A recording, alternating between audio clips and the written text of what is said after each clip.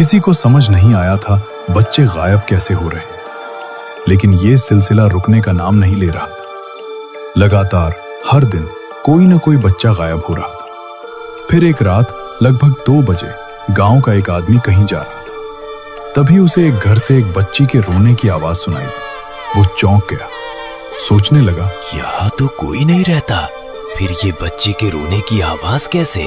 फिर वो चुपचाप उस घर के अंदर घुसा और जो उसने देखा उसकी रूह कांप गई। थुंग थुंग एक बच्ची को मारने ही वाला था। तभी उस आदमी की नजर एक कोने में पड़े डंडे पर पड़ी। उसने डंडा उठाया और सीधा थुंग थुंग के सिर पर मारा। थुंग थुंग जमीन पर गिर पड़ा। फिर सुबह उस आदमी ने गांव वालों को पूरा सच बता दिया। सच सुनते ही गांव वाले भड़क उठे। उन्हें यकीन भी हो गया था, क्योंकि थुंग थुंग अपनी फसल के लिए कुछ भी कर सकता था। इससे पहले भी बारिश के लिए सबके सामने वो जानवरों की बलि करवा चुका था। इसलिए सबने फैसला लिया, इसे दर्दनाक मौत मिलना चाहिए। हाँ, दर्दनाक मौत। इसे मत छोड़ो। इसे भी दर्दनाक मौत मिलनी चाहिए। फिर गांव वालों ने थुंग थुंग को उसके ही खेत में लकड़ी के खंभे पर बांध दिया। उन्हें लगा धूप और प्यास से वो तड़प तड़प कर मर जाएगा। लेकिन मरते मरते थुंग थुंग ने एक शाप दिया था, तुम सब ने आज मुझे धूप में सड़ने के लिए टांगा है, लेकिन याद रखना, जिसे तुम सब ने सूखने के लिए छोड़ा है, वही एक दिन तुम्हारा खून पीकर अपनी प्यास बुझाएगा। कोई जिंदा नहीं बचेगा। फिर थुंग थुंग मर गया और उसकी आत्मा वहीं एक बिजुके में कैद हो गई।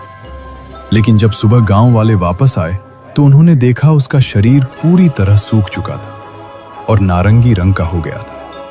और फिर गांव वालों ने उस लाश को नदी में बहा दिया। लेकिन हवलदार, कहानी यहां खत्म नहीं हुई। थुंग थुंग के मरने के कुछ ही दिन बाद गांव में अजीब घटनाएं शुरू हो गईं। एक रात रामू काका, जो गांव के सबसे पुराने किसान थे, अपनी भैंस ढूंढते हुए उस श्रापित खेत के पास आ गए। खेत में गहरा सन्नाटा था, लेकिन रामू काका ने देखा खेत के बीच में खड़ा वो बिजुका अपनी जगह से गायब था। रामू काका ने मन में सोचा, अरे यहाँ तो पुतला खड़ा था, कहाँ गया?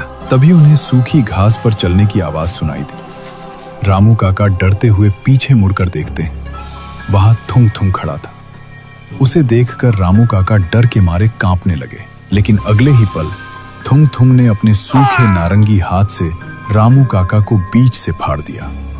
जब सुबह गांव वाले आए तो सब कांप उठे। किसी को कुछ समझ नहीं आया ये कैसे हुआ। सबको लगा ये किसी जंगली जानवर का काम होगा। लेकिन उस